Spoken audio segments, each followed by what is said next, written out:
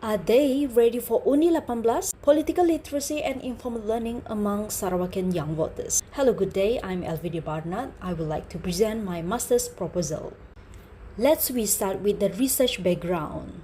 In 2021, December 15, the Undi18 and automatic voter registration (AVR) has been implemented. The Constitution Amendment Bill 2019 empowered young people as young as 18 years old to become more involved in political process during the elections. As a result, this amendment has led to an increase of 5.8 million new voters, bringing the total number of voters to 21.02 million. Interestingly, many news reports and analysts refer to young voters as possible kingmakers due to their large number. Following the implementation, the Ministry of Youth and Sport (KBS), in collaboration with the Ministry of Education, is reviewing and reorganizing the political literacy to attract the youth's interests. Move to the problem statement. There are 5 aspects on which I focus. Start with the global scenario. The voter turnout among 18 to 24 years old was only 48%, which is the lowest of any group during the United States presidential election in 2020. Narrowed down to our neighborhood country. Conversely, the previous presidential election in Indonesia, which was the world's third largest democracy and world's fourth most populous nation, recorded 54% young voters, which is the highest of any age group.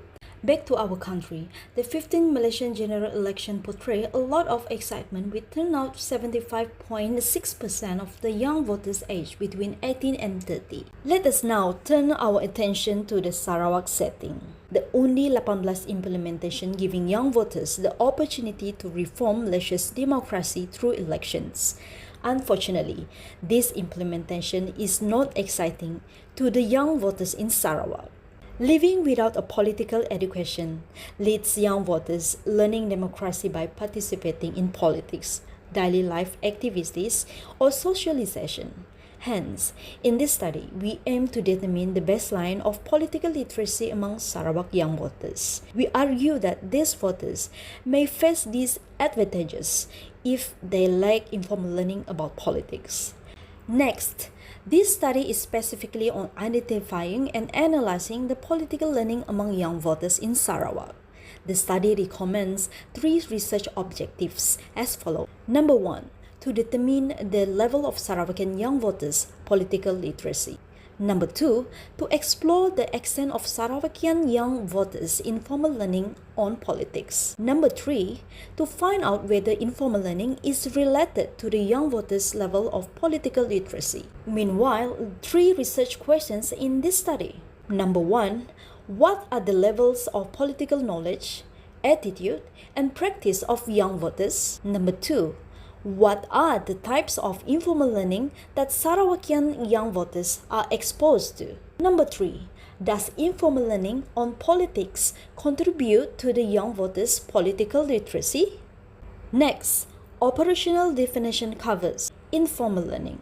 Informal learning will be identified by Rogers' analytical learning tool based on the ways young voters acquired their political knowledge, which can contribute to their political literacy. Next, young voters in this research focus on age between 18 to 20 years living in Sarawak. Their political knowledge through informal learning will impact to their political attitude and political practice that lead to their political literacy. Lastly, political literacy will be measured, correlated between 3 elements by the KAP. Knowledge, attitude, practice theory, which is political knowledge, political attitude, and political practice that lead to the political literacy among young voters. Meanwhile, the significance of this study lies in its ability to provide society with a baseline knowledge of where Sarawakian young voters' political literacy is in comparison to other geographical locations, which can be used to develop appropriate levels of training and education for their community. Besides, this study contributes to the types of political informal learning that Sarawakian young voters encounter. Additionally, this study also contributes to the development of more strategic educational initiatives in the economy, which leads to fewer financial and resources wastage. Moreover, politically literate voters are highly engaged and invested in the nation's political process. From the literature reviews, I conclude that in order to participate in politics, young voters must possess high intelligence and critical thinking in their understanding of politics. Moreover, young voters speak their political knowledge from family, peers, and social media. Nevertheless, while the existence of social media like Facebook have democratized information, it's hard to acknowledge the information pollution that the young voters have been exposed with. Informal learning is an effective tool for enhancing political literacy among young voters. This is because the young voters can become more active participants in their democracies by leveraging everyday experiences and community interactions. From my reading, I adapted two theories. As you can see on screen, the figure shows the conceptual framework, which show the main focus of this study is to determine the level of Sarawakian young voters' political literacy by using KAP theory. Following the learning tool of analysis is to explore the extent of Sarawakian young voters' informal learning on politics and to find out whether informal learning is related to the young voters' level of political literacy. Let's move on to the research design and methodology. As shown in this table, a mixed method that includes both qualitative and quantitative analysis will be utilized in this study. Therefore, the research paradigm for this study is pragmatism, which utilizing a combination of qualitative and quantitative as well. Moreover, the research epistemology for this study applies positivism and interpretivism, where positivism in quantitative using a questionnaire, while interpretism in qualitative using focus group discussion to understand social phenomena and achieve research objective. This study's research design is correlational and descriptive. Moving on, the quantitative data will be collecting using two types of sampling, such as homogeneous convenience sampling and snowball sampling.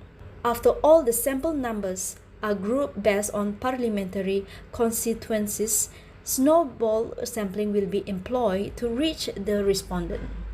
Meanwhile, the qualitative data will be collected by purposive sampling based on the researcher's judgment on certain criteria.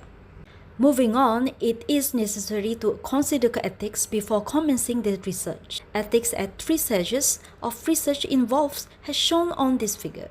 This is my timeline for 2-year study, which I include 4 semesters in within 24 months, began from April 2024 to March 2026. In conclusion, Sarawakian young voters may face disadvantages if they lack informal learning about politics. This study aims to evaluate the level of political literacy and political informal learning amongst young voters in this state. This study will be using a mixed methodology for data collection in which combining both qualitative and quantitative data. In doing this, we apply KAP theory to determine the level of the young voters' political literacy by using questionnaire. Besides, through focus group discussion, we draw on Rogers' epistemology of learning analytical tools to explore the extent of young voters' informal learning on politics and to find out whether informal learning is related to their level of political literacy. Hence, a questionnaire will be disseminated to 450 respondents aged between 18 to 20 years old from across Sarawak's 31 parliamentary. The findings suggest that informal learning contributes young beginning voters' level of political literacy.